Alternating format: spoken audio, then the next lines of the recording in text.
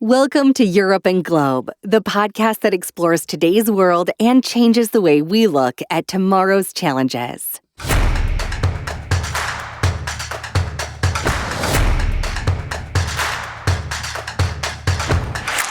Tonight, you are going to a party with friends. You wash your hair. If you're a man, you use shaving foam. If you're a woman, a little skincare cream, a little foundation to look healthy, and you add some mascara and lipstick. Your friends want you to bring the potato chips for the aperitif. And then they're also having a pancake party for the children, so you have to bring the chocolate spread. And then before leaving, you switch on the washing machine. Palm oil is used in many products, for the food industry and in the cosmetics industry, but also as biofuel. Palm oil is the most consumed vegetable oil in the world, and the reason is that oil palms produce almost 5 times more oil per hectare than sunflowers or rapeseed. And therefore, a plantation of oil palms is much more profitable and less expensive than any other vegetable oil. Palm trees are planted on 6% of the land dedicated to vegetable oil production. And this 6% of land provides 40% of the world's vegetable oil that we consume. It is important to keep these figures in mind, and it also explains why it is difficult not to use palm oil. Today, we're going to talk about palm oil, a product that can have a strong impact on deforestation. There have been many debates about palm oil, particularly in the forests of Indonesia and Malaysia. But what exactly is the situation in African countries? Are large concessions and small producers aligned with the obligations of the European Deforestation-Free Regulation? This is what we're going to explore now. Hello, I'm Elodie Ritzenthaler. Hello, I'm Aysata Tiam-Leonov. And this is a Europeandglobe podcast.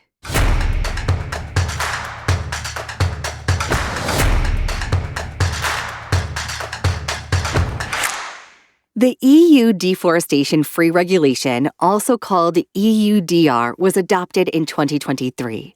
It becomes mandatory on the 1st of January 2026, and it obliges companies that place palm oil and palm kernels on the EU market to comply with the laws of producing countries on human rights and social and environmental issues. These operators must also provide the GPS coordinates of the plots of origin of the products. All this information will be compiled in a due diligence document, which can be verified by the authorities of the EU member states.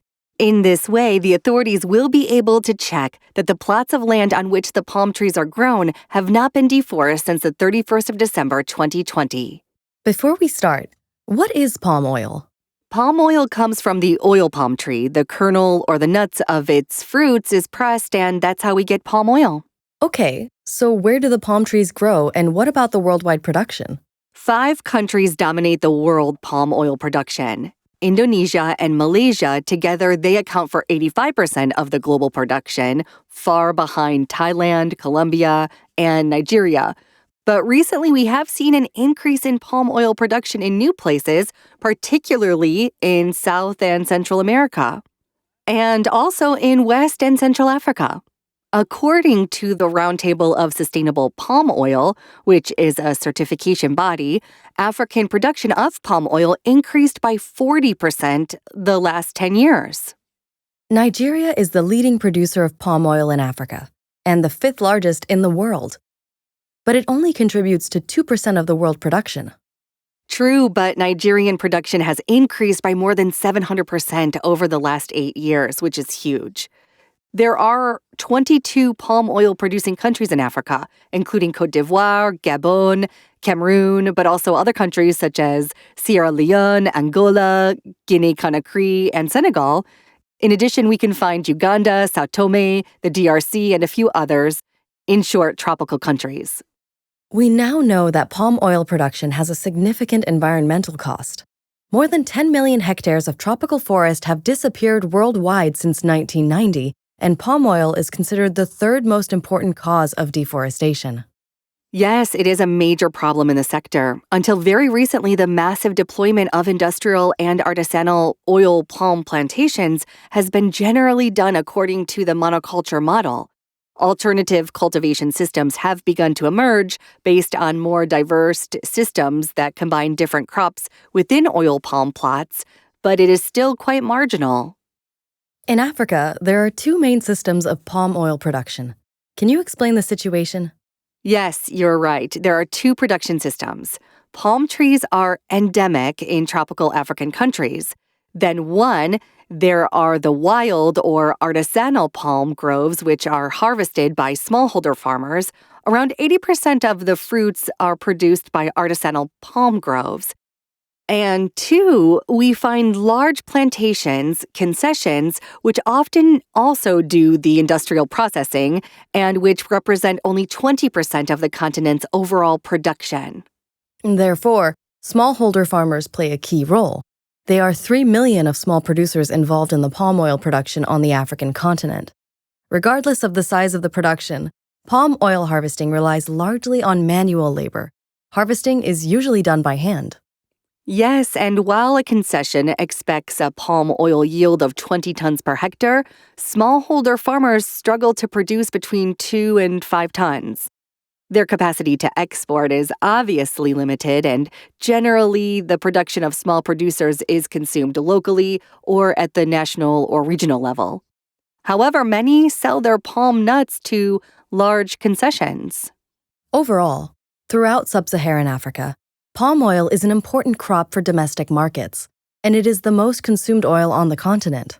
Absolutely, followed probably by cottonseed oil, but Africa's production is far from sufficient to meet the needs of its populations. It covers only 25% of the continent's needs. And this is why Africa also imports large quantities of palm oil from Asia and exports relatively little to Europe or elsewhere. African markets absorb a large proportion of the local production, and exports from the continent represent only 2 to 4% of the global production. Do we have an asymmetrical sector as is the case for cocoa or coffee? That is, with a small number of large companies and millions of smallholder farmers? Can you tell us more about the main players in the palm oil sector? Overall, only 5 companies dominate the industrial palm oil production, and they control about 67% of the world's industrial oil palm areas. In Africa, we roughly find the same players, and in recent years, some investors and multinational corporations have been increasingly attracted by the potential of the palm oil production and processing in Africa. This interest is increasing from Asian companies, those from Indonesia and Malaysia. They are looking for land suitable for palm oil cultivation. They face stricter regulations on deforestation in their countries of origin, and they are also facing climatic hazards impacting the volumes of their production. And if the African consumption is strong, then African countries must probably want to reduce their dependence on imports. Yes, indeed, and it is a key issue for them. Many investments have been made between 2000 and 2020, and the production has increased significantly in some countries over the last 20 or 25 years. We talked about Nigeria, but it is also the case of Gabon, where the government has partnered with a Singaporean company, and together they manage concessions for a total of 63,000 hectares. And at the same time, they have launched the largest African palm oil factory. This joint venture recently made a commitment not to deforest, but this was obviously done previously when they started the plantation several years ago. In some countries, you have to understand that the palm oil sector really matters in terms of employment or GDP. 220,000 people work in the palm oil sector in Liberia, and the main palm oil concession in Sao Tome and Principe is the largest employer of the country. In Côte d'Ivoire, 300,000 hectares are dedicated to palm oil. 70% is harvested by smallholder farmers, and the sector employs 45,000 people. In Sierra Leone, palm oil represents 14% of the country's GDP.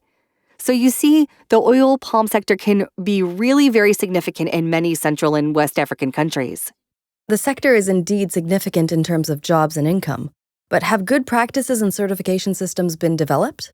Yes, since 2013, the initiative No Deforestation, No Peat, and No Exploitation has been launched by private stakeholders. It considers deforestation and issues related to indigenous people, social matters such as gender equality, child labor, and environmental matters. The large concessions, especially those exporting, have made some efforts to develop and implement RSPO certification. RSPO stands for Roundtable for Sustainable Palm Oil. Yes, and the largest players are often aligned with social and environmental indicators.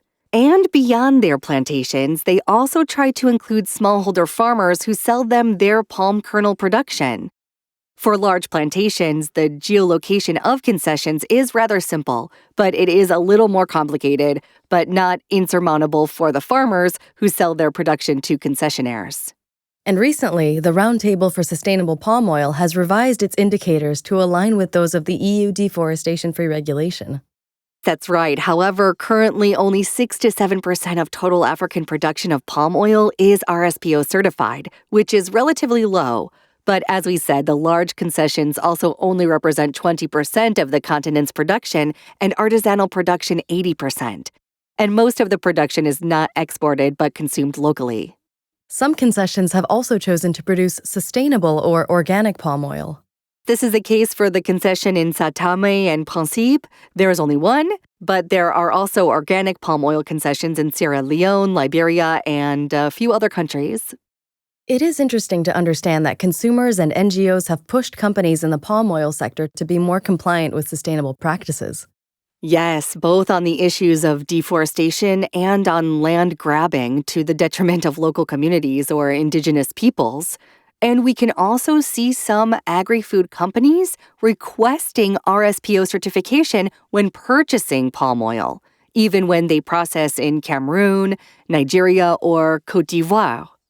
So there is some progress. Well, the big question is, does palm oil contribute to deforestation on the African continent? Absolutely, it is a big yes. On the African continent, palm oil still contributes directly to deforestation.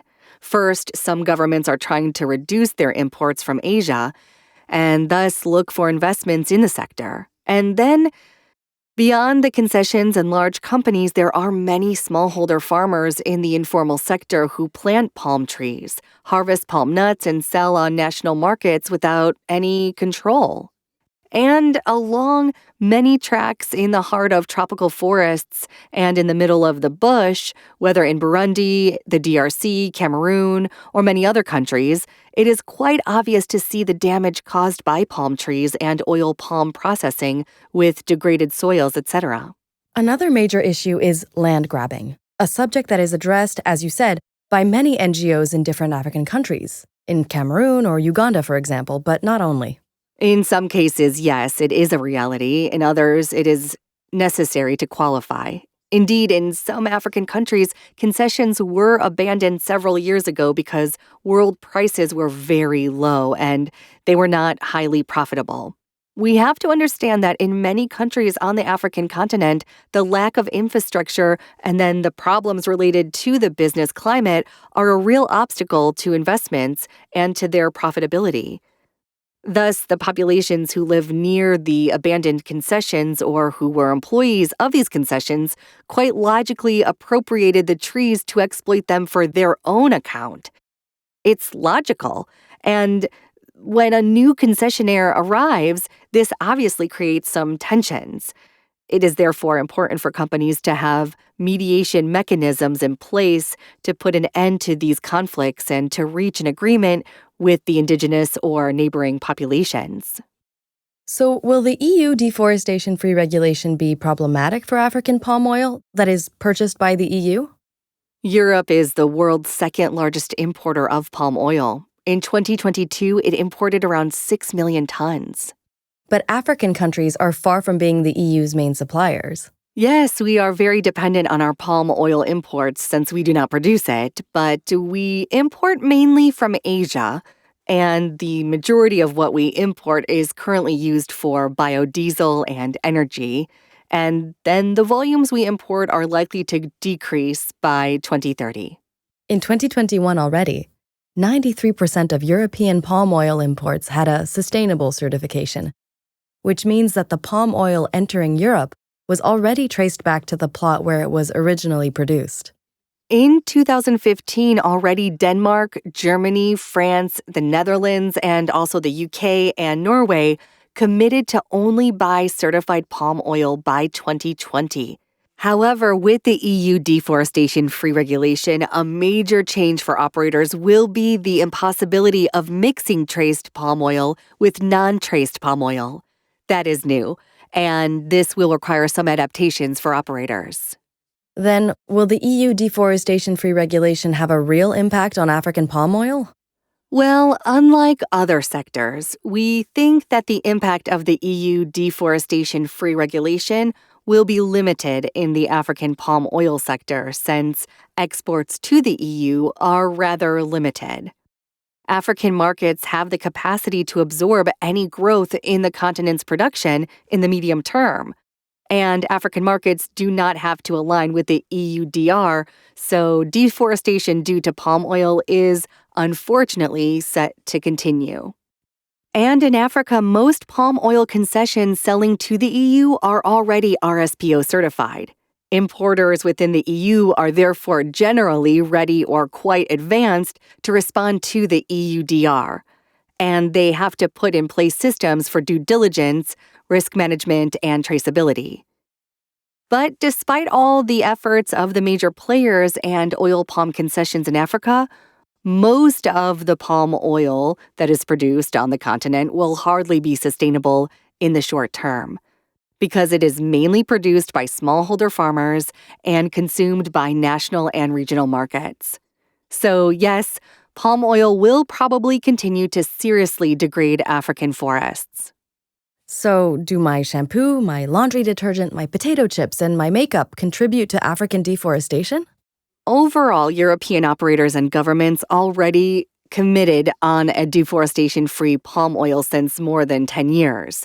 So what is processed and sold in Europe does not normally contribute to deforestation. But the same products that we can buy on the African continent and in other places may not meet this requirement. It depends on their ingredients, if the oil palm or the kernels come from a certified plantation, and on where and by which company these products have been processed. On palm oil, you are clearly less optimistic than for the other sectors. But that's it for the African palm oil sector. Thank you, Elodie. Thank you, Ayaseta. In the next episode, we will look at rubber and derived products, particularly tires. You may be surprised. Bye-bye. See you soon.